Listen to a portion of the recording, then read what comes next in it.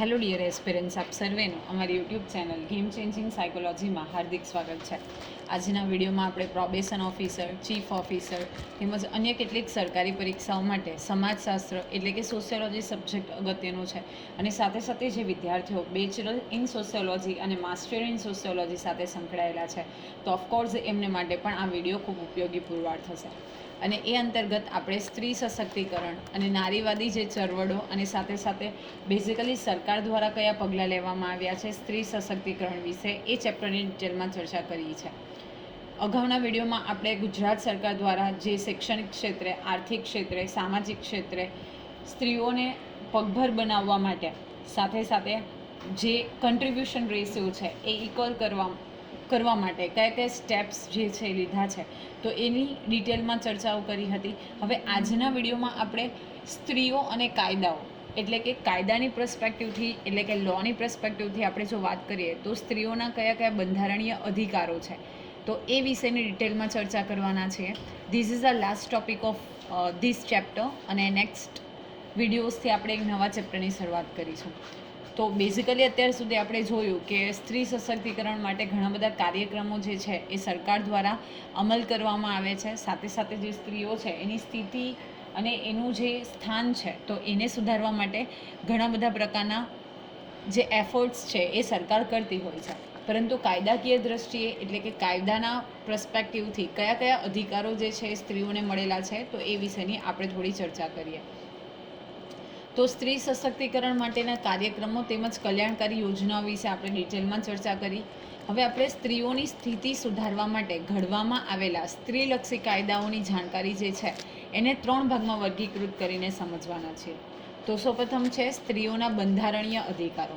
Okay, કયા કયા એને કોન્સ્ટિટ્યુશનલ રાઇટ્સ મળેલા છે એટલે કે સ્ત્રીઓને કયા કયા કોન્સ્ટિટ્યુશનલ રાઇટ્સ મળેલા છે તો એ વિશેની આપણે ચર્ચા કરીએ.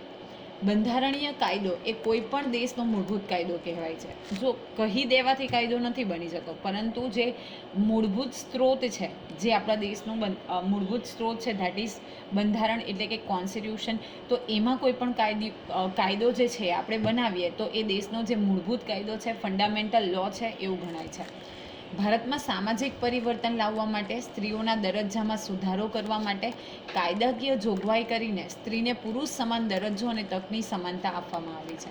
હવે જે સામાજિક પરિવર્તન છે આપણે અગાઉના વિડીયોમાં પણ જોયું હતું અને સૌપ્રથમ જ્યારે ચેપ્ટર સ્ટાર્ટ કર્યું ત્યારે પણ આપણે જોયું હતું કે પરંપરાગત જે ઓર્થોડોક્સ થિંકિંગ છે તો એના પર્સપેક્ટિવથી સમાજમાં જે સ્ત્રીઓની ઇમેજ હતી તો એમાં સુધારો કરવા માટે પ્લસ એનું જે સ્ટેટસ છે, એનો દરજ્જો છે એમાં સુધારા કરવા માટે આપણે ઓફિશિયલી એટલે કે કાયદાકીય જોગવાઈ કરી છે, જેથી કરીને સ્ત્રીને પુરુષની સમક્ષ જે દરજ્જો છે એ દરજ્જો મળી રહે.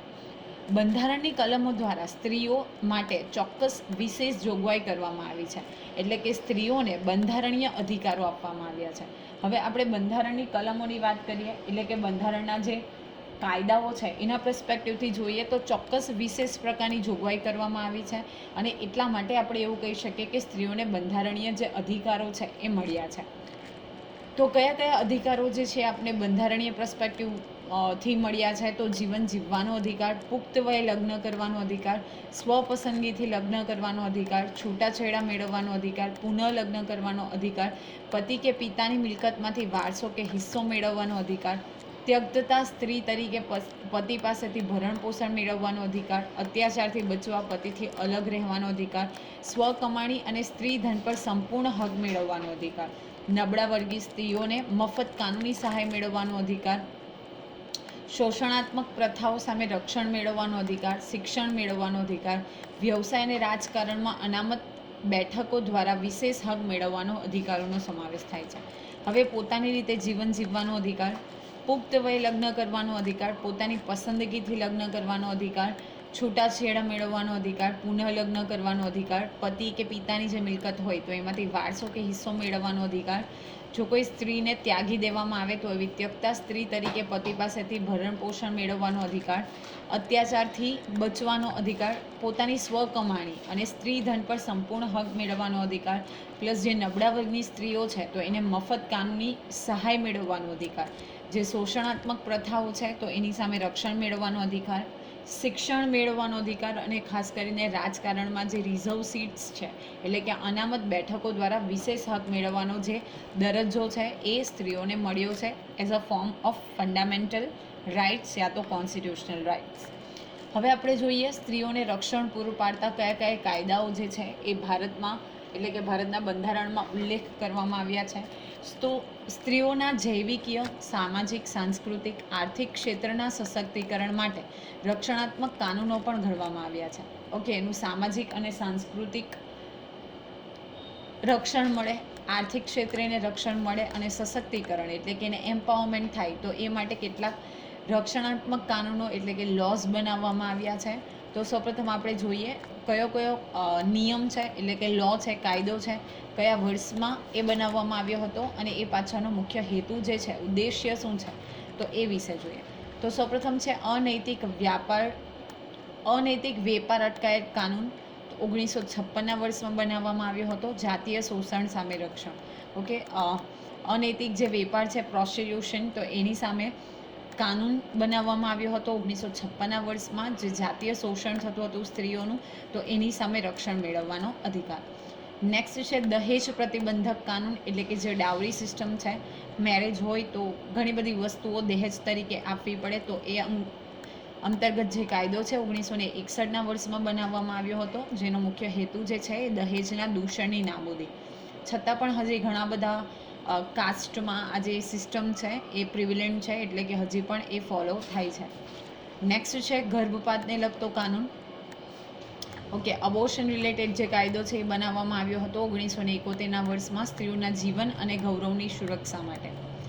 નેક્સ્ટ છે બીભત્સ પ્રદર્શન ઉપર પ્રતિબંધ મૂકતો કાનૂન. 1986ના અંદર બનાવવામાં આવ્યો હતો. સ્ત્રીઓને અપમાનજનક કે હલકી રીતે નિરૂપવા સામે રક્ષણ મેળવવાનો કાયદો જે છે એ છે આ પ્રતિબંધિત કાનૂન, જે બનાવવામાં આવ્યો છે 1986ના વર્ષમાં. સતી પ્રતિબંધક કાનૂન. તો આ કાનૂન સૌપ્રથમ 1829માં ઘડાયેલો હતો. ત્યારબાદ તેને સંપૂર્ણ નાબૂદ કરી નવેસરથી 1987ના વર્ષમાં ઘડવામાં આવ્યો.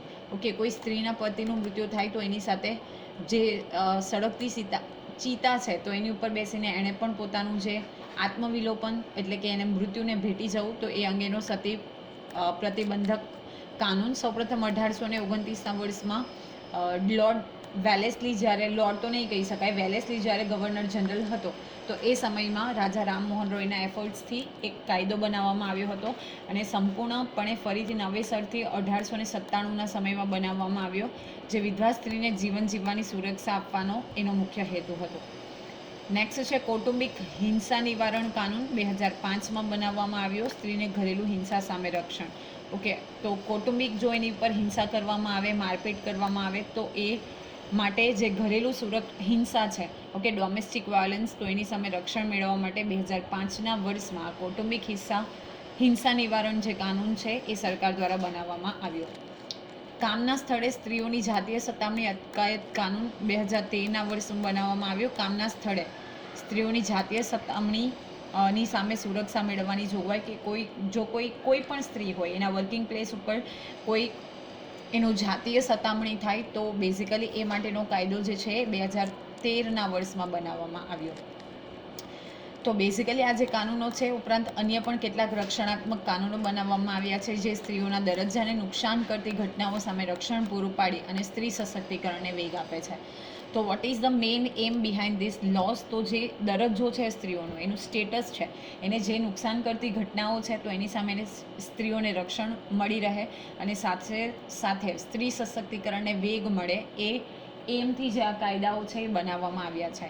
નેક્સ્ટ છે સ્ત્રી કલ્યાણ લક્ષી કાયદાઓ. તો ભારત એક કલ્યાણ રાજ્ય છે. આ આદર્શને ધ્યાનમાં રાખીને સ્ત્રી કલ્યાણલક્ષી કાયદાઓ પણ ઘડવામાં આવ્યા છે. તો એવા કેટલાક કાનૂનો જે છે એ સ્ત્રી કલ્યાણલક્ષી કાયદા છે, તો એ વિશેની આપણે માહિતી મેળવીએ. તો સૌપ્રથમ છે ફેક્ટરી એક્ટ, જે 1948ના વર્ષમાં અમલમાં મૂકવામાં આવ્યો હતો. એનું મુખ્ય જે હેતુ છે એ છે સ્ત્રીઓના કામના કલાકો સુનિશ્ચિત કરવા અને ઘોડિયા ઘરની વ્યવસ્થા કરવી.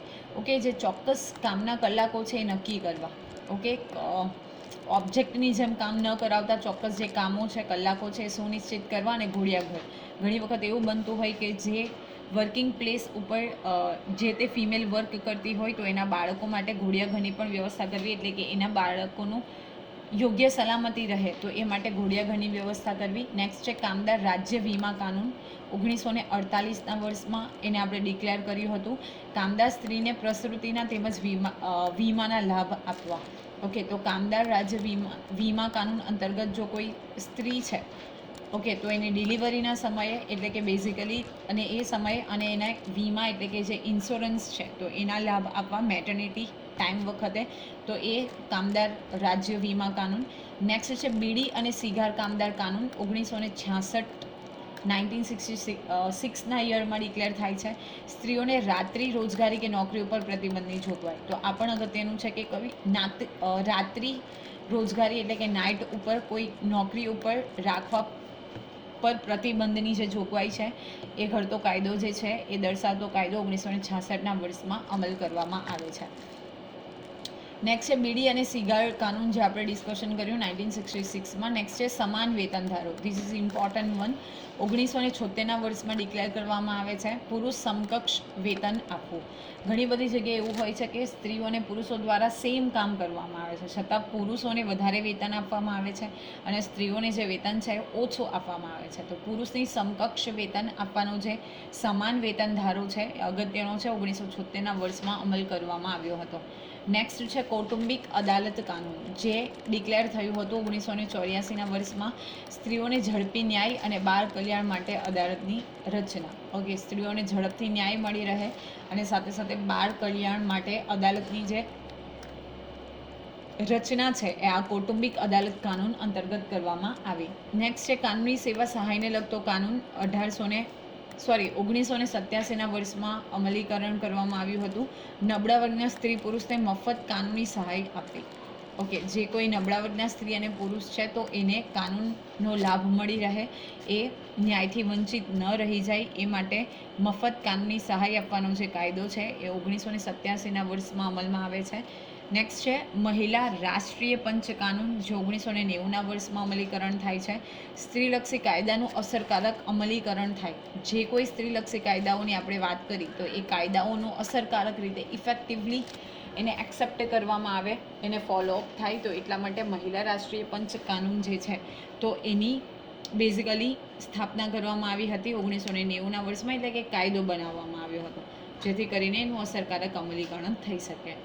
ઉપરાંત સ્ત્રી કલ્યાણલક્ષી કાયદાઓ દ્વારા પણ સ્ત્રી સશક્તિકરણને ગતિ આપવામાં આવે છે. પ્લસ ઘણા બધા એવા નિયમો છે, કાયદાઓ છે જેના દ્વારા પણ સ્ત્રી સશક્તિકરણને વેગ આપવામાં આવે છે, ગતિ આપવામાં આવે છે. તો બેઝિકલી આજના વિડીયોની આપણે જો વાત કરીએ તો આપણે સ્ત્રીઓ અને કાયદાઓ અંતર્ગત 3 ભાગમાં એ વસ્તુઓને ભણ્યા, જે છે સ્ત્રીઓના બંધારણીય અધિકારો, નેક્સ્ટ છે સ્ત્રીઓને રક્ષણ પૂરું પાડતા કાયદા, અને 3rd નંબર હતું સ્ત્રી કલ્યાણલક્ષી કાયદા. તો આશા રાખું છું કે આજના વિડીયોમાં તમને સમજ પડી હશે. વિડીયો પસંદ પડે તો વિડીયોને લાઇક કરી અને શેર કરવાનું ભૂલશો નહીં. અને આવા જ વધુ વિડીયોની અપડેટ્સ મેળવવા માટે even you can subscribe our YouTube channel game changing psychology. Thank you for watching the video. Have a nice day.